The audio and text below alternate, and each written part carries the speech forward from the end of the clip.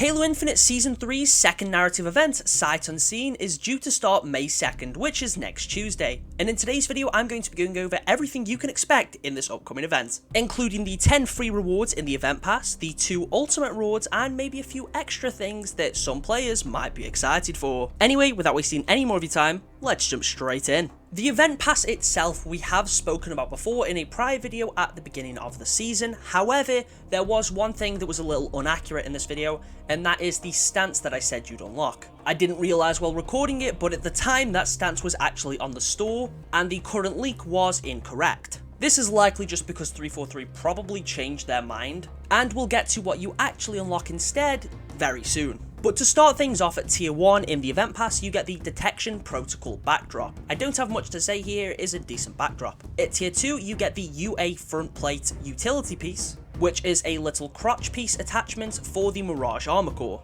Tier 3, you get the blue pop visor, which although I'm not a fan of, I will admit is one of the more unique ones, and I wouldn't say it's bad by any measure. At tier 4, you get a coating for the Mirage core, and this is the Bold Industry coating.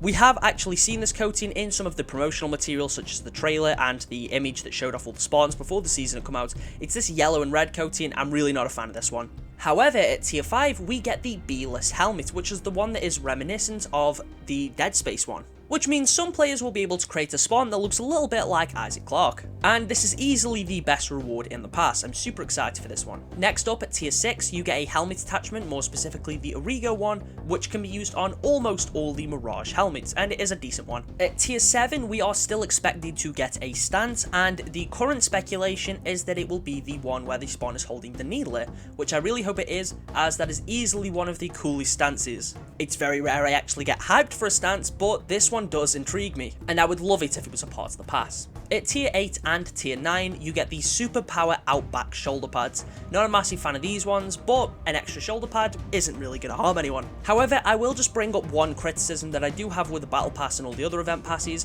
Whenever there's a shoulder pad, why can't they just be on the same tier? You basically just got to unlock the same reward twice. It is quite disappointing. But at tier 10, you get the I Spy 2 chest piece attachment. This one doesn't actually sit on your chest, more so at the sides of your neck, and it's a pretty creative chest piece. I do like this one. And those are the 10 free cosmetics in the event pass itself. Overall, I'd argue it's a pretty solid pass. You get a cool helmet and some decent other armor pieces, and considering they're all free, I'm not going to complain. And I bet some people are definitely looking forward to getting some more drip for their Mirage core. Now, moving on to the ultimate rewards over this 2-week period, the first one is the Pale Shadow coating for the Bandit rifle, which is the white tiger looking one. At least that's what it's currently scheduled to be, and honestly, pretty hyped for this one. It's easily one of the best coatings for the Bandit, and will likely be my go-to, and probably the one that I will mainly use once I've unlocked it. The week after that, you get a chest piece for Mirage, which is the AAP Granite chest piece. Overall, pretty solid chest attachment, and another one that I'm excited to unlock. It also goes really well with that white coating that was in the store bundle at the beginning of the season.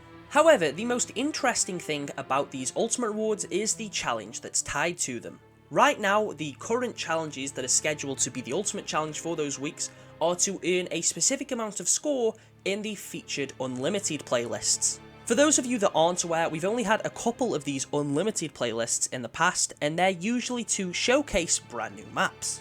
We had Empyrean Unlimited, which was to highlight the new Pit remake during the winter update. We had Arena Unlimited when Season 3 had released, which focused on Chasm and Cliffhanger to show off those maps, and then the second week we had Big Team Battle Unlimited, which just focused on Oasis. We know that there is a Plaza remake due out this season, and I wouldn't be surprised if it launches next week and ties to the event, which would be great. Which means the featured playlist for those weeks will be Plaza Unlimited, or whatever they rename the map to. I obviously don't know what modes will be in the playlist, but I'd assume it's just typical arena modes that you'd expect. Keep in mind, it's a Forge remake of Plaza. I'm really excited to see what it looks like. 343 haven't shown it off yet, they haven't spoke about it, but hopefully that launches next week to coincide with the event, and I think that would definitely get some people hyped. It's easily one of, if not the most popular map from Halo 5, and I'm excited to see how it'll play out in Halo Infinite. It's also cool to just get another map remake, even if it is a Forge one. And obviously, last but certainly not least, we have a new narrative cutscene that will tie to this event. This will conclude Season 3's part of the narrative, and we won't see any more of it continued until Season 4, which currently is about 8 weeks away. We'll finally find out what is behind that secret Oni door on Livefire, and I'm excited to see how everything plays out. Overall, Sight Unseen is shaping up to be a pretty fun event. We should be getting a new map, a new playlist, a free event pass, and some cool ultimate rewards. There's also rumours floating about that there could be a pretty nice mid-season update tied to it, however, I'm not going to get my hopes up too high. Although anything's possible, as we did get that pretty cool mid-season update during the winter update, which obviously added the pit, the cadet coatings to every core, the customs game browser, and a few other little things. But anyway, let me know if you're excited for Sight Unseen. What do you hope to see in the update? Thank you all for watching, and I'll catch you all in the next one.